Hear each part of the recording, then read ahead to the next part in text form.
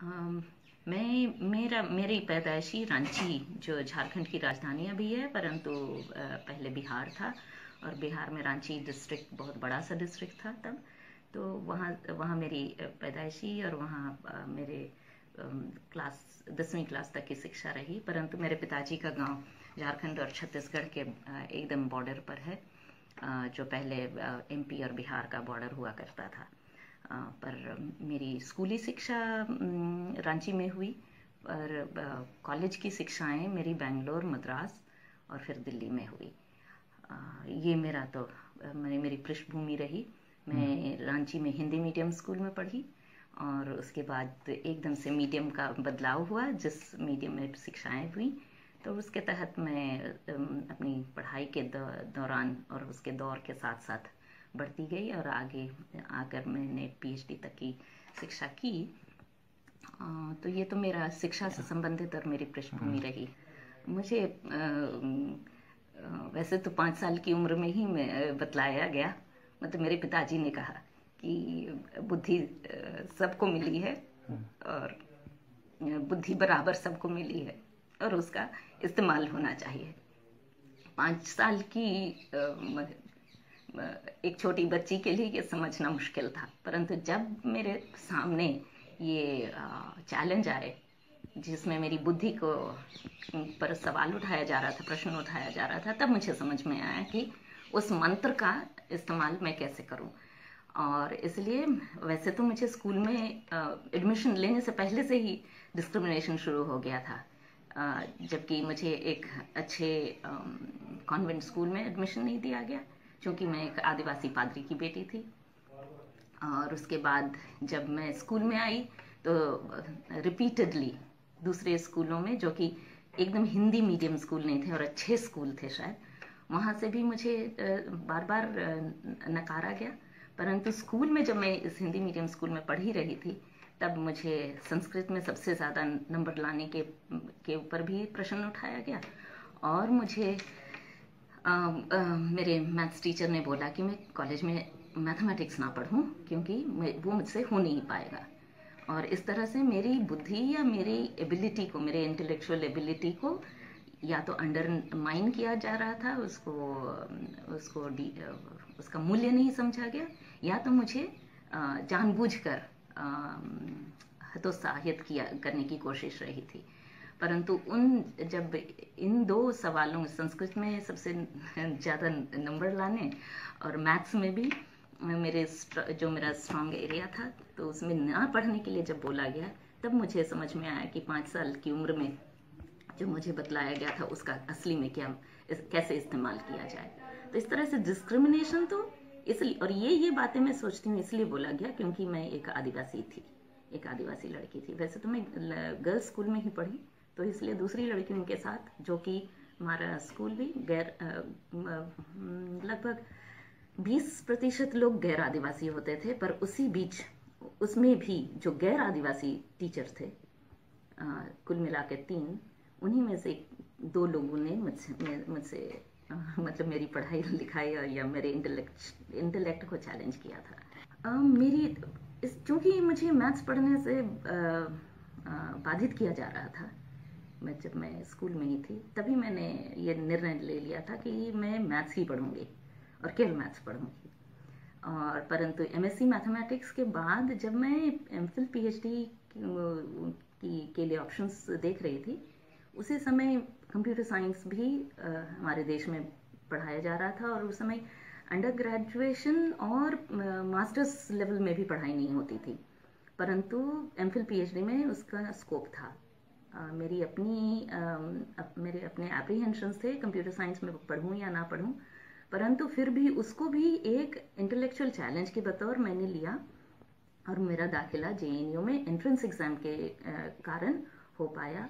हो सकता है यहाँ केवल प्योरली एंट्रेंस एग्जाम के बेसिस पर अगर एडमिशन की पद्धति जहाँ नहीं होती, वहाँ शायद मेरा एडमिशन इसमें भी नहीं हो पाता। पर चूंकि यहाँ एंट्रेंस एग्जाम के आधार पर एडमिशन की व्यवस्था है, तो इसलिए जेएनयू में कंप्यूटर साइंस में एमफिल पीएचडी करने के लिए मेरा एडमिशन हो पाया। मैं 3 भागों में इस बात को चर्चा करना चाहूँगी। एक तो जितनी भी जितने भी व्यवस्थाएं हैं या जितनी भी सुविधाएं हैं उनके लिए एक्सेस या उस तक पहुंच पाना किसी एक आदिवासी के लिए कितना संभव है आज की तारीख में। दूसरा, शिक्षा जो कि सबसे ज़रूरी एक पायदान है किसी के लिए जीवन में सफलता के लिए। एक पढ़े लिखे किसान के लिए भी, पढ़ लिख कर किसान बना है तो उसमें सफलता मिल सकती है, ये मेरा मानना है। इसलिए सफलता केवल नौकरी और बहुत धन कमाने से नहीं, परंतु एक संतुष्ट जिंदगी और थोड़ी इज्जतदार जिंदगी को मैं सफलता मानती हूँ। तो इसलिए शिक्षा के संबंध में अभी तक क्या हुआ।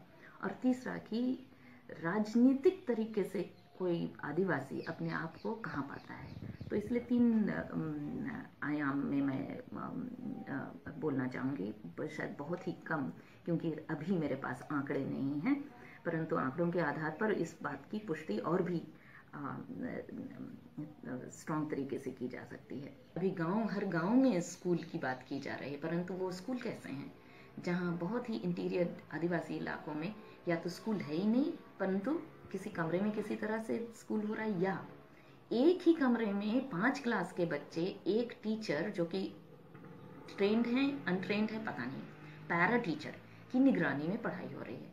तब 5 क्लास तक एक बच्चा कुछ पढ़ लिख कर ना आए, 6 क्लास के बाद क्या कर पाएगा। तो इस तरह से हमारी जो शिक्षा की नीति है बिल्कुल खोखली है। और जहाँ सुख सुविधाएं हैं, जहाँ बेसिक इंफ्रास्ट्रक्चर है, वहाँ तो कुछ एक्सपेक्ट किया जा सकता, पर आदिवासी पॉपुलेशन के लिए जब वो एक्सेसिबल ही नहीं है तो फिर उनके जीवन में शिक्षा की क्वालिटी को, अगर क्वालिटी बोला जाता है शिक्षा के संबंध में, तो उस क्वालिटी का हम अंदाज़ा लगा सकते हैं। और तीसरा जो बिंदु मैंने कहा था, पॉलिटिकली या राजनीतिक तौर पर एक आदिवासी अपने आप को कहाँ पाता है। मेरे ख्याल से केवल एक अलग राज्य की स्थापना कर देना पॉलिटिकल एम्पावरमेंट की निशानी नहीं है, बल्कि एक पर्टिकुलर पॉइंट में 2000 ईस्वी में 15 नवंबर को जब झारखंड स्टेट की स्थापना हुई, उस समय झारखंड के जितने भी राजनीतिक नेता थे उन लोगों ने शायद सोचा होगा कि हम इस लायक हैं कि इस राज्य को हम चला सकते हैं, शासन कर सकते हैं और अपने लोगों के लिए और आदिवासियों को आदिवासी लोगों के द्वारा शासित की जाने वाली एक मॉडल राज्य की स्थापना हो रही है। पर नहीं, हमारी जितने भी हमारी पॉलिटिकल स्ट्रेंथ या राजनीतिक ताकत का शायद उस समय गलत एस्टिमेशन किया गया, या सही एस्टिमेशन था परंतु उनको खोखली करने वाली नीतियां और भी ज़्यादा प्रबल थीं। और इसलिए राजनीतिक तौर पर आज की तारीख में जितने भी काम हो रहे हैं, विशेष करके झारखंड प्रदेश में, झारखंड राज्य में, वो आदिवासियों के अहित के लिए ही हो रही हैं। जैसे लैंड एक्विजिशन की बात को देखिए, और उस पर बहुत ही ज़्यादा अभी चर्चाएं हुई हैं, और अब तो ये हो गया है कि वो हमारे प्रदेश के तंत्र को इस्तेमाल करके लैंड ग्रैबिंग हो रहा है। तो इस तरह से अब जो राजनीतिक या एडमिनिस्ट्रेटिव ऑप्शन था एम्पावरमेंट का, उसको भी खोखला करके उसी को इस्तेमाल किया जा रहा है आदिवासियों के विरोध में। माइन के मामले में तो शायद मेरे पास आर्गुमेंट कम है, क्योंकि माइनिंग बहुत ज़रूरी है देश के हित के लिए। वहाँ लोकल हित का तो उसमें कोई ये नहीं आता, जबकि वहाँ प्रोसेसेस हैं कि ग्राम पंचायत को अग्री करना चाहिए, ग्राम सभा के लेवल में, ग्राम पंचायत नहीं, ग्राम सभा के लेवल में ये अंडरस्टैंडिंग होनी चाहिए कि ग्राम सभा परमिशन देती है उस काम के लिए, ज़मीन को एक्वायर करने के लिए, और उसमें अपने सारे शर्तें रख सकती है, परंतु ग्राम सभा को या तो बाईपास किया जाता है जहाँ स्ट्रॉन्ग ग्राम सभा है, या तो उसको खरीद लिया जाता है। खान के मामले में तो है, खनिज जहाँ पर है वहीं पर खोदना पड़ेगा, उसका मतलब जितने भी तरीके हैं माइनिंग के उसी तरीके से निकलेंगे, इसलिए मेरे पास उसके लिए उतना दलील नहीं है। परंतु दूसरा जो इंडस्ट्री के लिए, इंडस्ट्री को कहाँ पर बिठाया जाए उसके लिए ना तो केंद्र सरकार के पास और ना तो राज्य सरकार के पास कोई अच्छी नीति है कि इंडस्ट्री कैसी जगह पर बैठाई जाए। या धान के खेत की जगह पे बैठानी जरूरी है इंडस्ट्री को, जहाँ से किसान जो और या आदिवासी, कोई भी किसान या फिर आदिवासी किसान हमारे मामले में, जहाँ उनकी खेती हो, जहाँ से उनकी जीविका है, जहाँ वो अपना सब कुछ करता है, वहाँ अपना समय देता है, अपना काम वहाँ करता है और अपनी कमाई वहाँ से निकलती है, उसी धान के खेत में इंडस्ट्री लगाना जरूरी है क्या? ऐसी परती जमीन नहीं है पूरे झारखंड में जहाँ की इंडस्ट्री लगाया जाए? क्योंकि अगर परती जगह पर जाएंगे तो वहाँ रोड का इंफ्रास्ट्रक्चर बनाना होगा। ये सब कमिटमेंट तो इंडस्ट्री देनी रही है। और इसलिए सरकार के हमारे झारखंड के प्रदेश की सरकार, मैं बोलूँ, के पास एक ऐसी नीति होनी चाहिए कि कैसी जगह पर इंडस्ट्री लगाया जाए। क्योंकि बेसिकली मैं भी डेवलपमेंट के अगेंस्ट नहीं हूँ, पर development at what cost? Development के लिए या विकास के लिए कौन सी कीमत चुकानी पड़ रही है, इसका अगर उत्तर दे दिया जाए तब डेवलपमेंट या विकास के लिए रास्ता बनाया जाए। तीसरा कि इंस्टीट्यूशंस के भी मामले में यही है, जहाँ पर अच्छी खेती होती है, जिन जगहों में जो परती जगह है वहाँ पर क्यों नहीं किया जाता? शहर के बीच में क्यों नहीं किया जा सकता? शहर के बाहर में ही क्योंकि शहर के बीच में जगह नहीं है, शहर के बाहर किया जाता है जहाँ की धान के खेत है। आप रांची शहर से निकल के देखिए, आपको 2 किलोमीटर के बाद ऐसे धान के खेत अभी पके हुए फसल दिखाई देगी जिसपे लोगों को पैर से चलने की इच्छा ना हो। ऐसी जगह पर इंडस्ट्री और इंस्टीट्यूशन बनाया जाए, ये किस तरह का अमानवीय तरीका है कि विकास के नाम पर लोगों को उनके ना बेरोजगार से बेदखल किया जा रहा है, उनकी जमीन से बेदखल किया जा रहा है, क्योंकि आदिवासी की परिभाषा जमीन से है। और इसलिए मुझे लगता है ये एक कॉन्स्पिरेसी है कि आदिवासी को गैर आदिवासी बना सकना अगर है इस देश में तो उसको जमीन से बेदखल। मैं पूछना चाहूँगी कि अगर इस देश में किसी भी व्यक्ति को ये अधिकार है कि वह अपनी मातृभाषा, अपने धर्म और अपनी जो पहचान है, जातीय पहचान है, उसको दंभ से, बहुत घमंड से असर्ट कर सकते हैं, तो यही हक आदिवासी को क्यों नहीं दिया जाता है? 3 चीज़ें मैंने कहा, एक मातृभाषा की, दूसरी मैंने कहा कि धर्म की, और तीसरी अपनी जातीय आइडेंटिटी, जातीय। ये देखिए भाषा के नाम पे आदिवासी की भाषा लुप्त हो रही है, वो उसके लिए शायद आदिवासी ही रिस्पॉन्सिबल है, क्योंकि कुछ आदिवासी समूह अपनी भाषा को छोड़ने में माहिर हो जा रहे हैं, क्योंकि उनके पास दूसरी भाषाओं को सीखने का चैलेंज है, और इसलिए अपनी भाषा को छोड़ के दूसरी भाषाएं सीखना चाह रहे हैं। क्यों? और ये चैलेंज इसलिए है क्योंकि अगर उनको विद्या या एजुकेशन एक्वायर करना है तो दूसरी भाषाएं चाहिए, क्योंकि मातृभाषा में एजुकेशन नहीं है। जबकि ये राइट टू एजुकेशन में भी है कि 5वीं कक्षा तक प्राइमरी एजुकेशन मातृभाषा में हो। जब तमिलनाडु में हर बच्चा तमिल में अपनी मातृभाषा में पढ़ाई कर सकता है, बंगाल में बंगला में, असम में असमीज में, तो उसी तरह से आदिवासी बच्चा क्यों नहीं गुजरात में गुजराती में कर सकते हैं।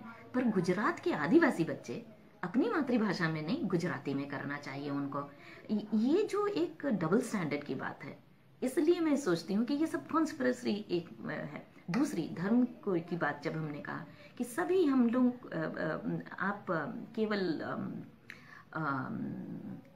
आप इतिहासकारों से पूछिए और एंथ्रोपोलॉजिस्ट से पूछिए कि हर संसार के हर आदिवासी समुदाय या इंडिजिनियस पॉपुलेशन की अपनी आदि धर्म की तरह का धर्म है, और ये धर्म कतई हिंदू धर्म से उसका कोई भी मेल नहीं है।